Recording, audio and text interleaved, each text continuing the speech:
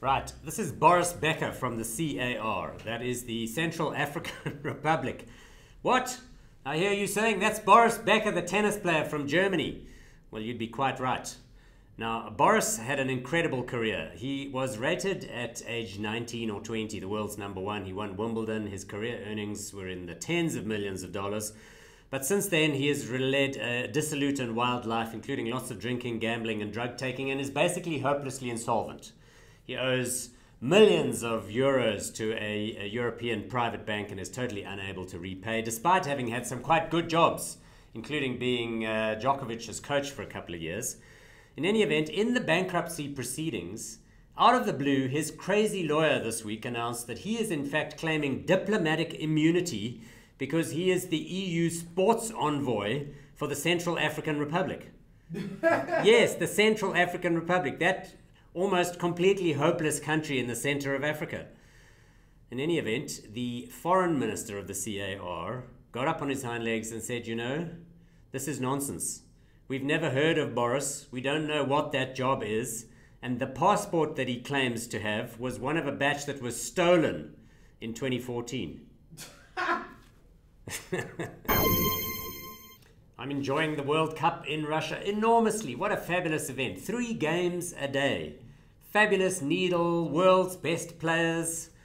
Incredible, fantastic. Now, as you know, there are companies that pay huge tin to become global sponsors of this event and to be featured in the television broadcast.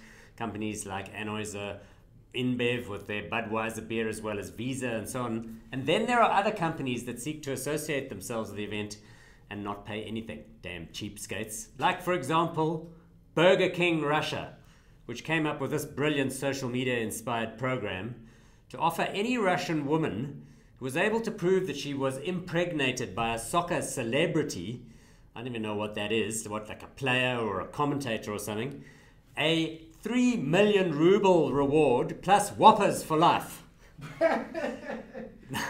So this thing goes viral, including on the global news channels.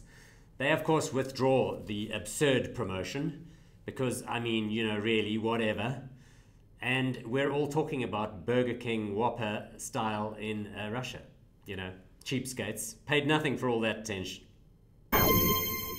Right, so General Electric has been demoted. From now onward, that giant of the American industrial economy will be known as Brigadier Electric. What about Major Electric or Captain Electric? Even better.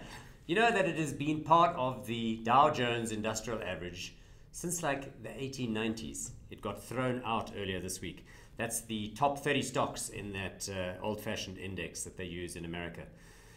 The company, of course, has fallen on hard times. Bad management, poor decisions. The stock price fell from around $60 a share, its all-time high, to 12 this week. I don't know, Bright, what do you think? Dude. More like Sergeant Electric, or what about Corporal Electric? So look at that. It's a box of baking soda. Yes, baking soda. And you see where it says at the bottom that it is GMO. No, not GMO. GMO, of course, stands for genetically modified, and we know that woke social justice warriors prefer not to consume genetically modified food, even though almost all the decent product in the world are in fact genetically modified if they're crops. But, excuse me, what exactly is non-GMO baking soda? I mean, baking soda is bicarbonate of soda, right? That's sodium and bicarbonate ions. That's NaHCO3. That is an inorganic chemical. There's no fucking ways it could be genetically modified because it is not a living substance.